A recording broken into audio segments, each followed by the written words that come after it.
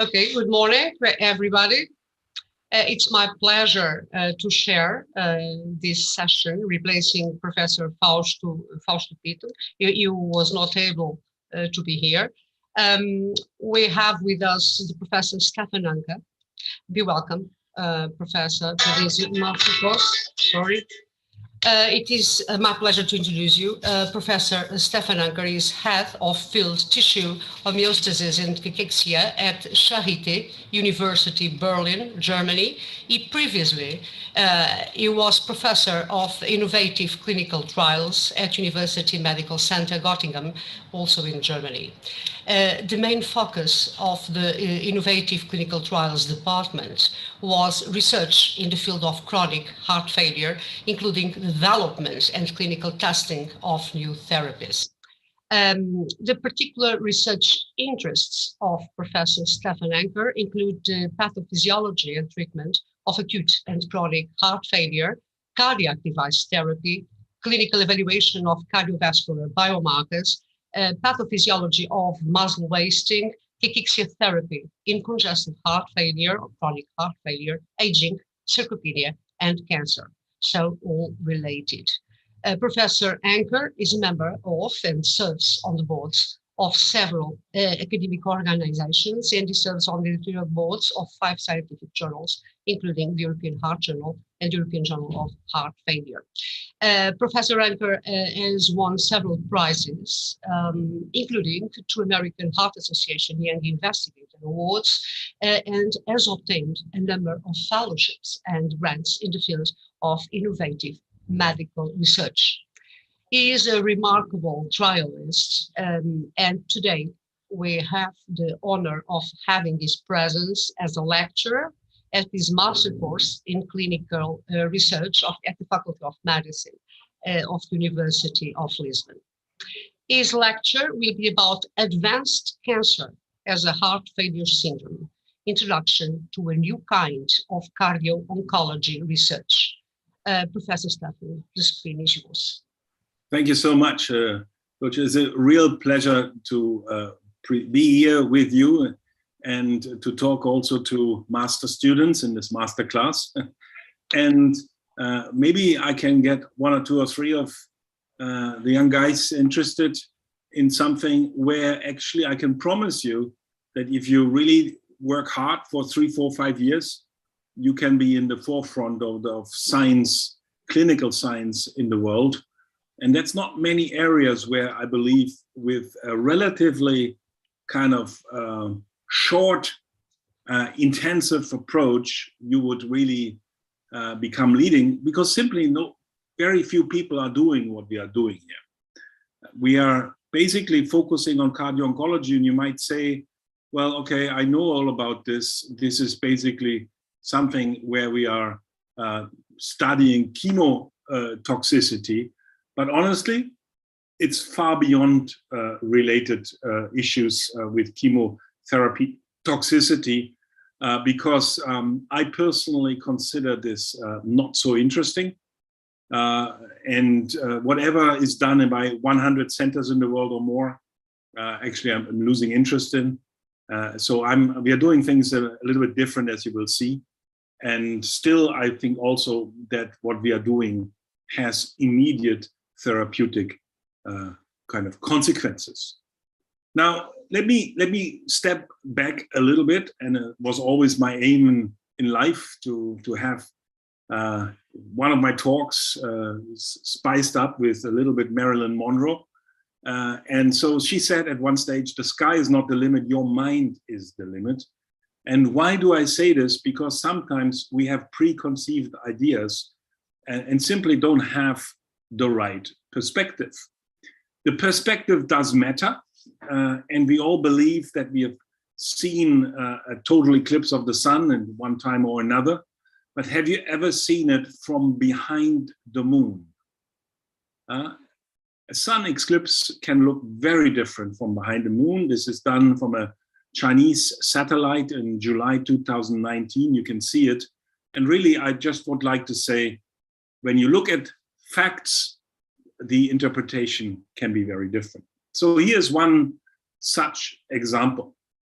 So Claude L'Enfant, he was the head of the National Institute of Health of the United States, and we ran it for more than 12 years. He basically did research into the lifetime gained by different medical advances. And cardiovascular disease came out #1 and most important by far in terms of gaining lifetime for the population when the progress made between 1970 and 2000 was assessed. And so you can see here more than 4 years lifetime gain just because of progress in cardiovascular disease with coronary artery disease, stroke, and to some degree, probably also heart failure. The lifetime gain, for instance, in oncology was very little. Now, what conclusion can you make from this observation? Well, we can say we live longer due to better management of cardiovascular disease. Now, let's give some funding to other fields of medicine. This is a typical politician, you might say, a typical lobbying kind of conclusion. But let's say you have a different perspective and you were working in cardiology, and maybe you or me, you have basically a completely different perspective on things. You could say, well, if lifetime is gained by cardiology, maybe all patients should be, regardless of the disease, should be managed by cardiology. And if you start to seriously consider this approach, then you end up where I have ended up with this new cardio-oncology research in our group. And maybe you agree it's a reasonable idea. So let's compare for a second the survival in heart failure and cancer. And this is a well-known and many times shown kind of graph where heart failure is in the middle of several cancers, where lung cancer, and of course we know also pancreatic cancer, has a very poor survival, and other cancers have much better survivals. So you might say there's a degree of similarity. Now, what about the symptoms? Symptoms of cancer patients, and they are shown here on the left, match in many cases the symptoms of heart failure patients. There's weakness, early fatigue, dyspnea. Well, there is also edema in quite a number of patients. So maybe there's more similarities than we think. And if you then consider also death, we need to say that cardiovascular death is the second most common cause of death in cancer patients. And after infection, about a quarter of all patients with cancer are estimated to die because of cardiovascular illness. So symptoms collected, death when observed, there are similarities. Now let's look into pathophysiology. Is it possible that cancer as a chronic illness causes some of these problems? And the answer is absolutely yes. When you have chronic cancer disease and you just survive 6 or 12 months, your initial diagnosis of cancer, you're already in chronic cancer disease. It might actually lead to quite a lot of changes in your body, stress responses, body composition changes. And so you may basically have changes in the skeletal musculature, including a myopathy, where, for instance, you have increased metaboergo reflex. Now, this is a hypothesis. It is proven for heart failure patients. And we think it could also work in any cachexia, in any disease, and cancer is a disease where cachexia is frequent. It could basically be the reason for shortness of breath in advanced cancer very easily, because it's the metaboergo reflex senses the workload of the muscle. When the workload is increased, and it's a pH change sensitive kind of nerve ending. And when this signal is telling the brain to breathe more, but then because of muscle weakness or because of the strength of the signal to breathe more, the body is no longer able to breathe as much more as this signal says. That mismatch between the signal to breathe and the ability to breathe, that mismatch is shortness of breath. So you may have these, you might call it the neurological or chemical drive of the chemoreceptors, of the metaboergoreceptors to breathe more, and all of this can basically result in shortness of breath in cancer in a very similar way as, for instance, in heart failure. Now, if you start to look into patients with cancer, what you will find is, for instance, that the ejection fraction of patients, looking at the heart function in cancer patients, here in orange, patients with colorectal cancer, is rather preserved and almost normal, you might say. And it is reduced in patients with heart failure. But if you look at the right side, the exercise capacity of patients is already reduced in the setting of cancer patients without a deterioration in the heart function. Now, we performed in our groups some studies investigating in much more detail the cardiovascular status of patients, and they were treatment naive. So there was no chemotherapy-induced toxicity yet, and still these patients already had a reduced exercise capacity, an impaired heart rate variability, and neuroendocrine activation. So cancer, even in the absence of chemotherapy-induced toxicity, because simply no therapy is given yet, already has this kind of problem. So there's many things that can attack the heart in cancer. Neuroendocrine activation, platelet activation, oxidative stress, of course also the chemotherapies, of course also psychological problems.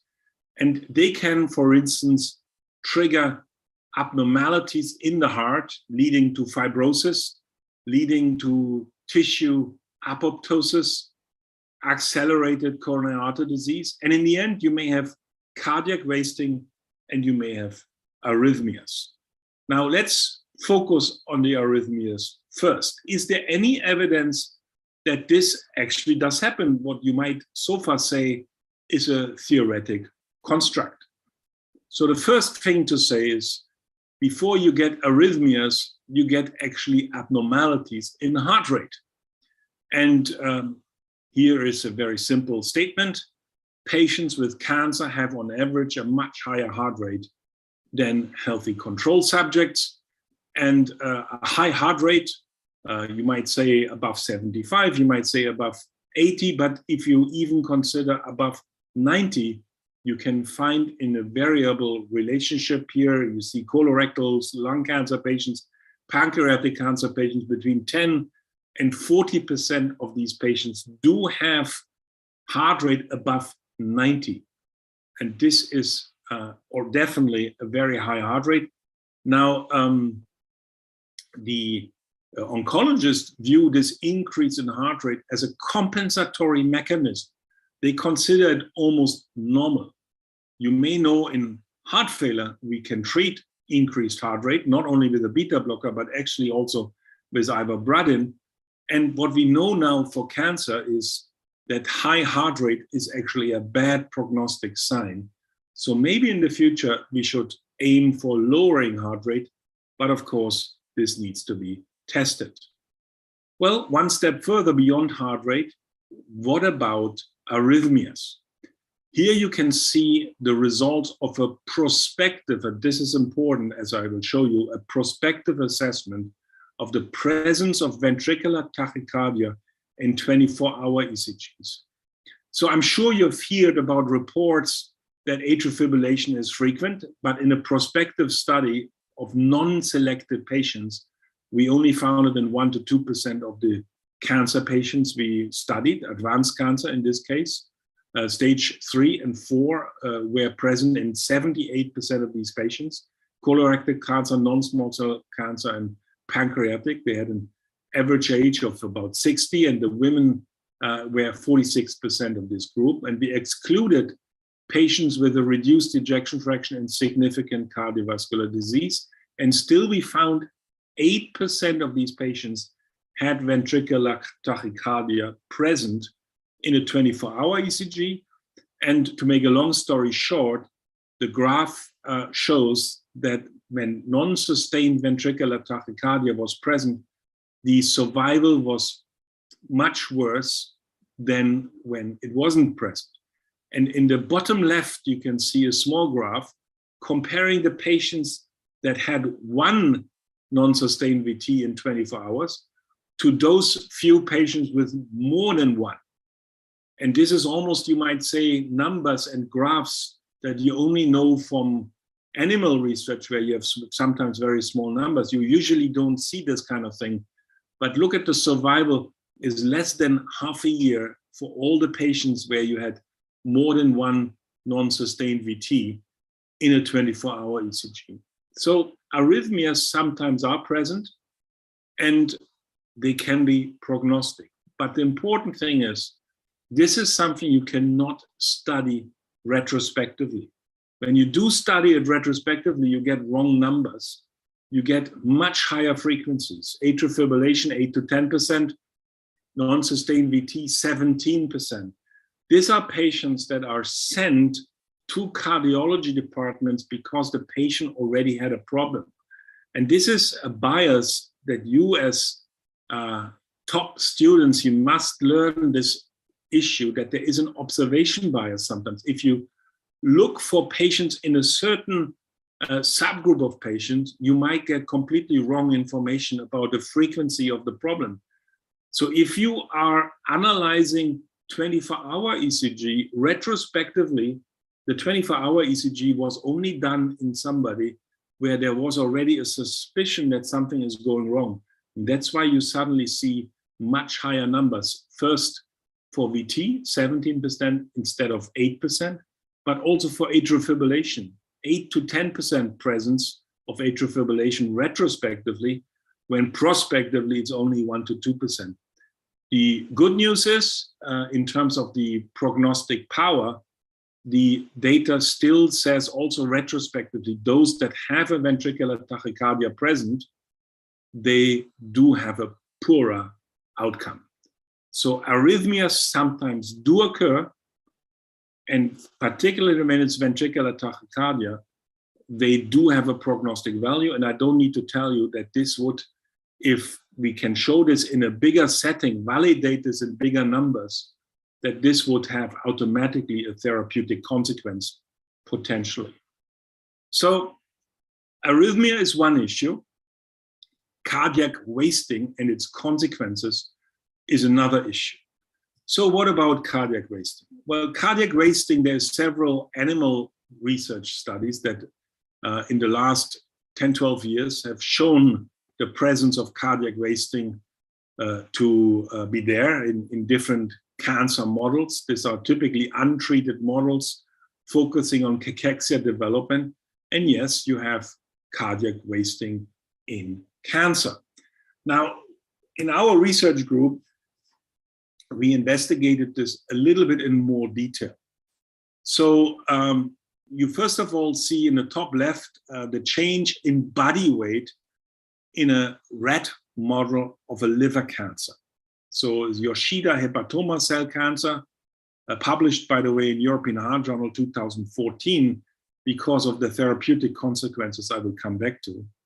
But when you have body wasting after about 9 to 11 days, and this is affecting the fat tissue and the muscle tissue, and on the bottom right, you can see already that also the heart is going down in weight over time. But after 9 days approximately, you start to have real significant wasting in the body. But then look at the heart specifically. The heart comes later, about day 11 and 13.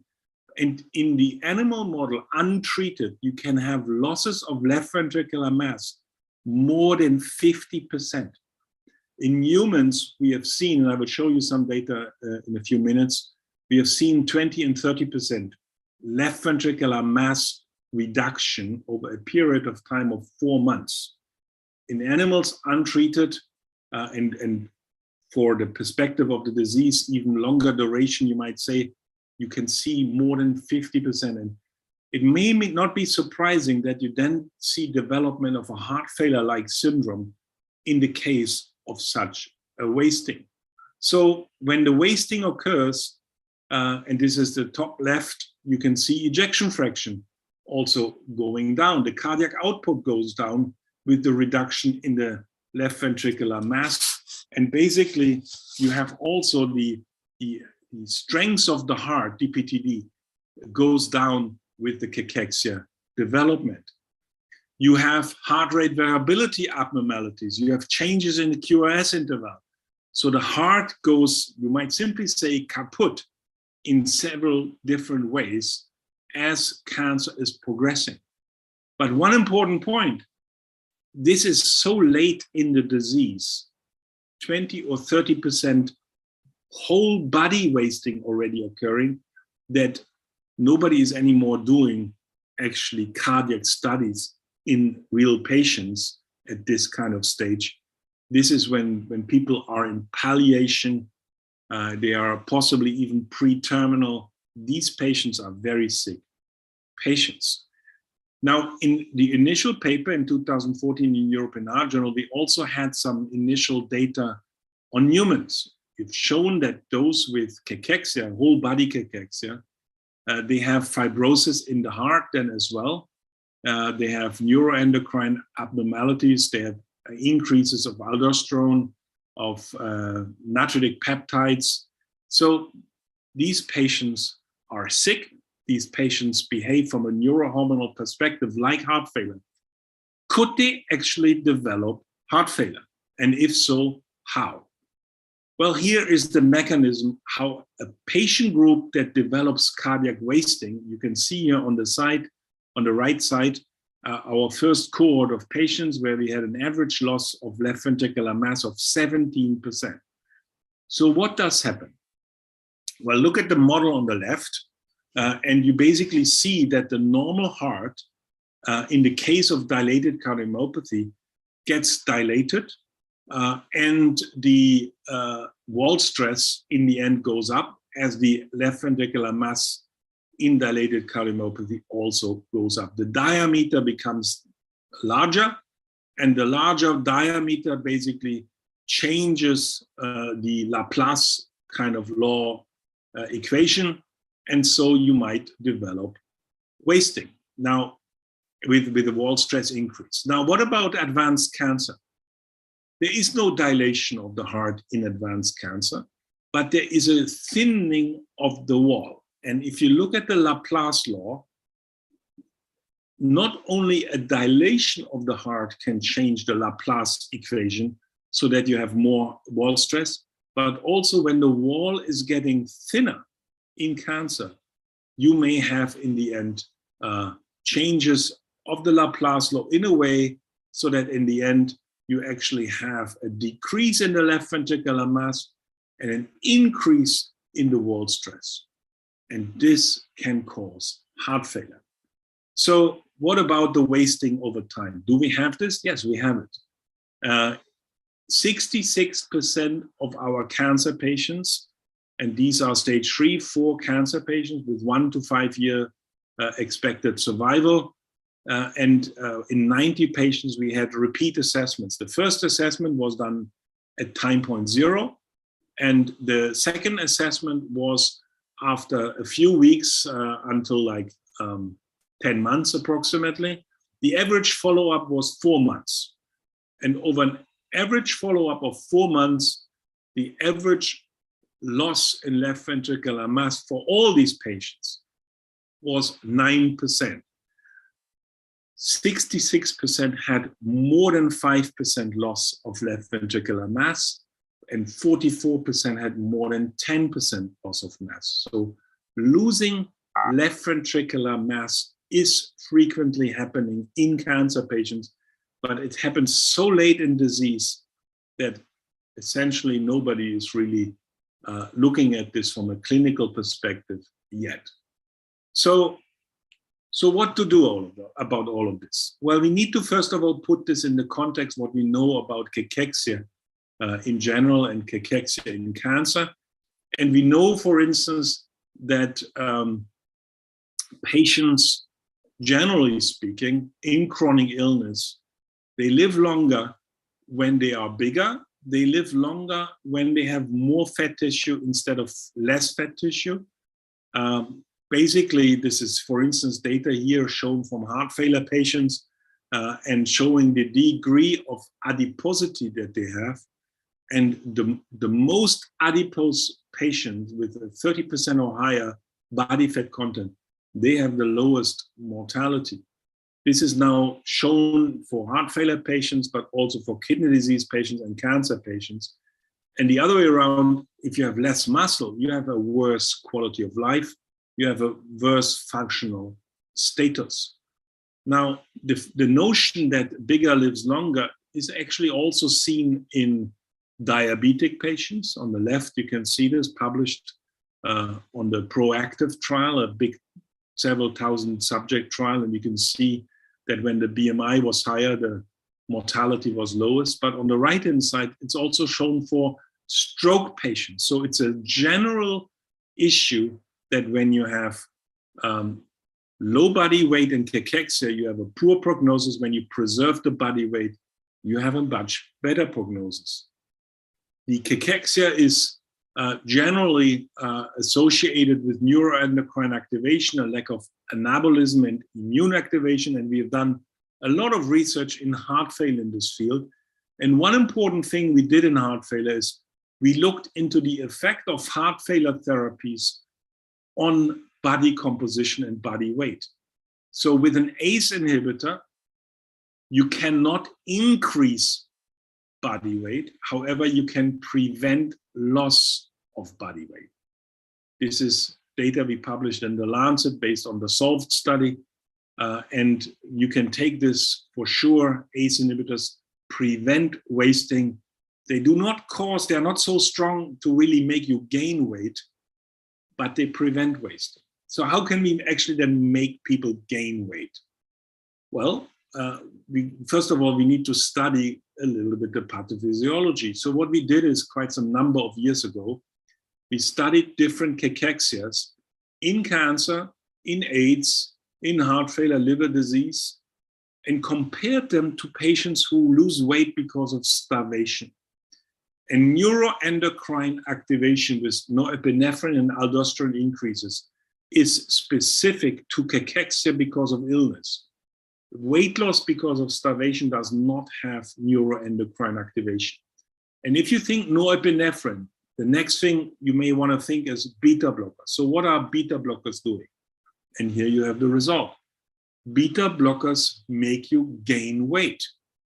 Now, I don't know whether you ever read in great detail the side effect profile of beta blockers, but one of the side effects listed in the standard formularies is the causing of obesity with a beta blocker. The average beta blocker makes you gain weight about 1 kilogram per year. Remember this number, 1 kilogram per year on average. This is data we have for bisoprolol, metoprolol, bucindolol, and carvedilol. The average is 1 kilogram per year weight gain. And if you take, here's data from the Copernicus trial, if you basically analyze the prevention of weight loss, a beta blocker on top of an ACE inhibitor can also prevent weight loss. But in contrast to an ACE inhibitor, it increases body weight as well, as you can see on the left side. Now, we have basically beta blockers as an idea.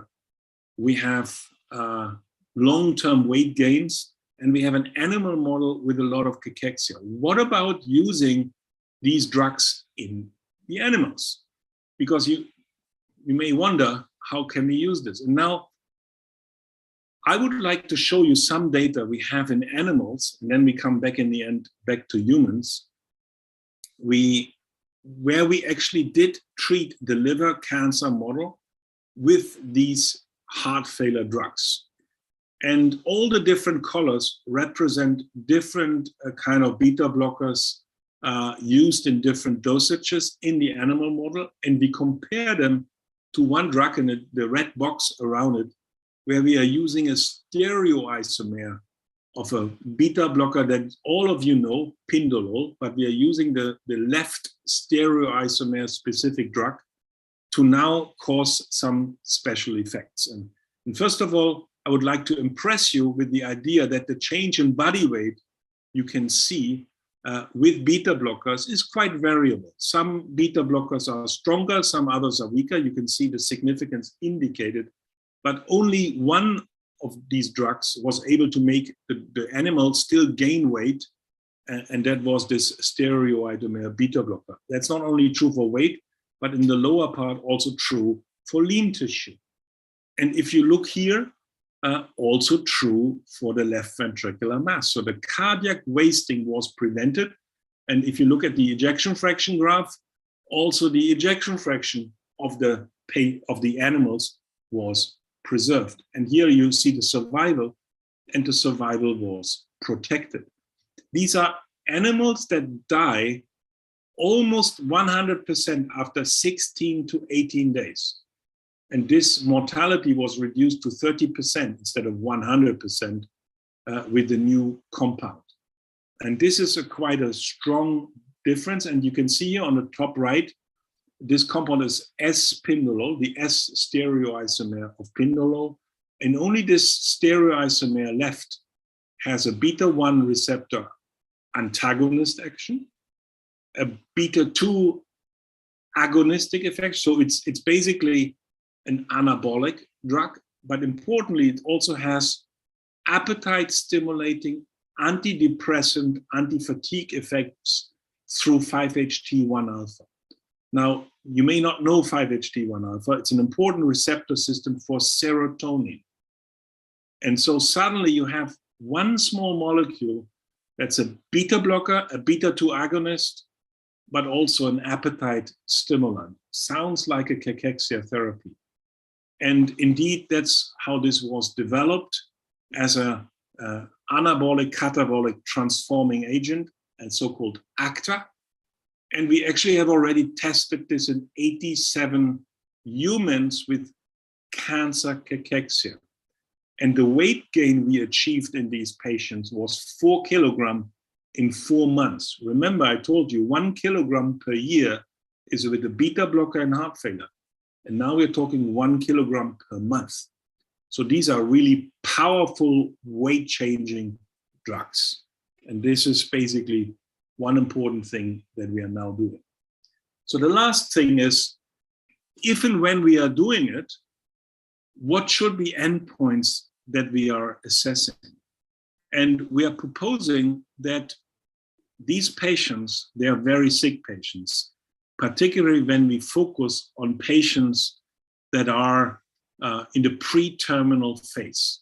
I don't know whether you had relatives that suffered from this. And what you basically see is that these patients are losing a lot of the ability for self-care.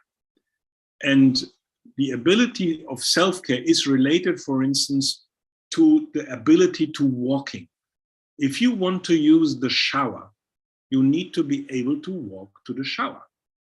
And that can be as short as 4 meters away from the bed, which is quite often the case, at least in our settings with hospice care. And patients are in the bed and they can't do this. So when they are at the end of life and you want to basically improve quality of life at the end of life, then the important thing is to increase the ability for self-care. And for this, you want to increase the ability to walk. And we actually assessed in 120 patients, and in the setting by now it's more than 200. And we basically describe here the number of days in the last week where people couldn't walk. And you can see here that basically half the patients were able to walk most of the days, but the other half had very severe limitations in the ability to walk.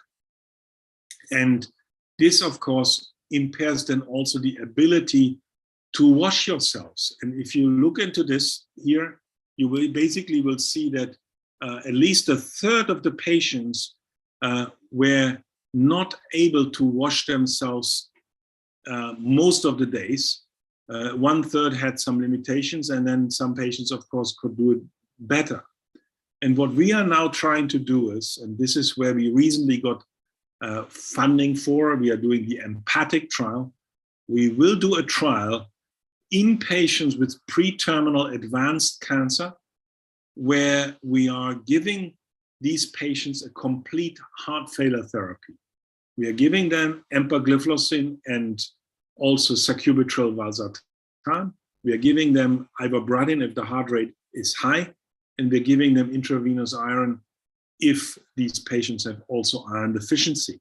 We are not giving them a beta blocker because a normal heart failure beta blocker, I don't know whether anybody of you knows relatives who have taken, causes fatigue in the short term.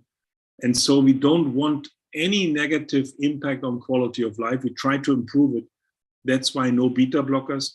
But management of heart failure, management of kidney function, management of iron deficiency and heart rate, and let's see whether we can improve in these patients a primary endpoint of days alive and being able to wash yourselves. It's a very simple, it's a very humane endpoint. Basically you have a duration of the study of 30 days. And if we can extend not the survival as such, but the survival at where the patient at the same time is able to wash himself, herself on that particular day. That's a worthwhile day of survival with dignity. If we can achieve this, I believe we make a difference for these patients. And so this is where we are going. Has nothing to do, of course, with chemotherapy toxicity. This is also a problem that happens, no question, but there's also the cardiac wasting and the arrhythmia-focused problems. Chemotoxicity is, I think, only scratching on the surface of what is possible for cancer patients to be achieved for if a multidisciplinary team, including cardiologists, is working on it. And if you think of this from a market perspective, of course, you may have debates with oncologists if you ever want to do these kind of research projects. Where can you really do something where you don't interfere with what oncology normally is doing? And the point of least resistance is palliative care, because nobody else has really any good research projects ongoing. And so we are doing this in palliative care patients, in hospice care patients, and it's quite interesting and lots of things to learn. This has immediate research and therapeutic consequences. I would like to repeat, some of this can only be done prospectively. Retrospectively, you get wrong numbers. Heart failure therapies for cancer patients is what we're investigating now. Maybe in the near future, we can also study devices to treat the arrhythmias, devices to treat the heart failure. We are developing novel endpoints for these patients, 4-meter walking, days alive and being able to wash yourselves. And also, of course, if you want to hear something more innovative from a fancy regeneration standpoint, there must be reasons why the arrhythmias develop.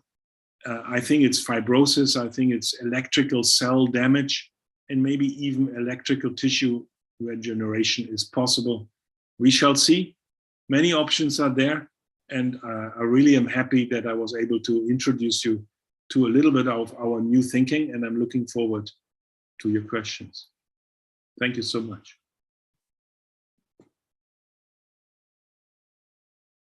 Thank you so much, Professor Anker. I think that you did an outstanding lecture, namely because you have opened a new avenue, a lot of avenues, a new perspective of see things. And I think that, in fact, your mind has no limits, and you have systematically demonstrated that along the years. And now it's only one more time. It is. I hope that as Spindle becomes available, because it's very, very, very interesting, and I hope that the results of the RESPECT and of the future empathic trial also be promised. I have a few questions for you, quite different, in fact. One is related to the nutrition. Is there, beyond what we have seen with you about beta blockers and ACE inhibitors, is there any preventive effective therapy for cachexia in heart failure in terms of a specific diets for patients? Yeah. The short version is unfortunately not. And a little bit longer, you know, nutrition is notoriously poorly researched, and it's really notoriously difficult to get good grants or good industry support for nutrition research. And one of the reasons, and this may sound very strange, nutrition is too cheap. Because it's so cheap, there is basically not enough that anybody can, I say the naughty word, can make money from. And therefore there is too little support overall. But there is a second problem, and this is related to the first. The research that has been done has already indicated to us that cachexia cannot be treated and cannot be prevented with nutrition alone. It's simply not possible. The patients don't really have, on average, in heart failure at least, 80% of patients developing cachexia do not have a nutrition problem. They have a catabolism problem. They have a lack of anabolism problem. So the nutrition is not the limiting issue in most patients. Now, of course, if you take, for instance, cancer, it's a simple, if you have an esophageal kind of cancer, you simply can't swallow, therefore you need to get the nutrition in a different way, intravenous or in some other ways. But besides the points where you really cannot take in the nutrition, besides the points where you develop a severe anorexia, which is not very frequent in heart failure, but it is fairly frequent in cancer. And still then nutrition wouldn't work for anorexia. What you need is an appetite stimulant instead of a drug, instead of a nutrition. And this is the beauty of this espindolol, that it is anti-catabolic, pro-anabolic, but has an appetite stimulating component in the same drug. Okay. And so I'm afraid nutrition is not the mainstay for this.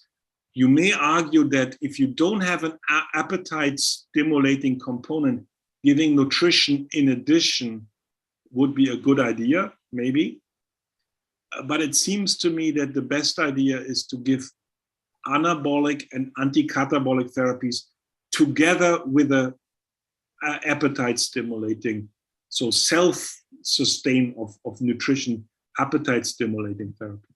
Okay, thank you. And the other question is quite different. All heart failure trials till now excluded cancer patients. And in fact, cancer patients may have and have severe several confounders for being included in heart failure trials, namely in regard to the endpoints, usual endpoints in heart failure trials. Including functional capacity, symptoms evaluation, and mortality. It will depend also on the type of cancer, of course. But so I'd like to hear from you about what's your opinion about new models or designs of clinical trials regarding heart failure, specifically in cancer patients. Well, heart failure in cancer is of course something that I'm trying to persuade you exists. But I don't think that's a majority view yet, that it really exists. I mean, of course, there are a few cases where cancer is there, and then you also have coronary artery disease and you develop low ejection fraction heart failure. I don't think anybody will ever do for this group of patients specific trials. The way I see heart failure is not necessarily a heart failure of low ejection fraction and coronary artery disease or some systolic dysfunction. It's mostly probably a diastolic dysfunction heart failure, or we need to investigate what it is. It's a cardiac wasting cardiomyopathy that we believe is developing. I can assure you, natriuretic peptide levels go up quite significantly. But ejection fraction is 55 to 60. It's not so easy to show E to E prime abnormalities. It's relatively few patients. Maybe cardiac wasting cardiomyopathy needs its own echocardiographic research to really characterize the patients properly. My preferred measurement would be some form of wall stress increases. Some people say that strain measurements could be the reflection of wall stress increase. Okay, another form or another consequence of yeah. But specific trials for heart failure in cancer patients, and I mean for the stuff that we are doing, the cardiac wasting cardiomyopathy, yes, those trials will happen. But I'm not sure that's exactly what you meant. But you meant more like the old style conventional heart failure, but with a cancer etiology present. I doubt that this is so easily, I mean, it could be done, but I have no idea how many patients this really are. Okay, I perfectly understood your idea. It's again, a new perspective and perhaps a real one. Thank you so much for your presence. It was really very important for us to listen to you. And I hope to see you soon also in presence, Professor. Yes. I mean, you may know that I was in Lisbon only 8 days ago. You were? Yeah. Well, just for 24, no, actually for 48 hours. Oh, a short time. Yeah, I met Fausto, but hopefully very soon again. In June, we have the World Congress on Cachexia, 24 to 26 of June, and it will take place in your medical school, main auditorium and everything. So we definitely come back with the topic of Cachexia to Lisbon. But of course, I'm sure you and I will also meet in Madrid in May. Okay. Thank you a lot. And have a rest of nice day. Thank you. Bye-bye. Thank you.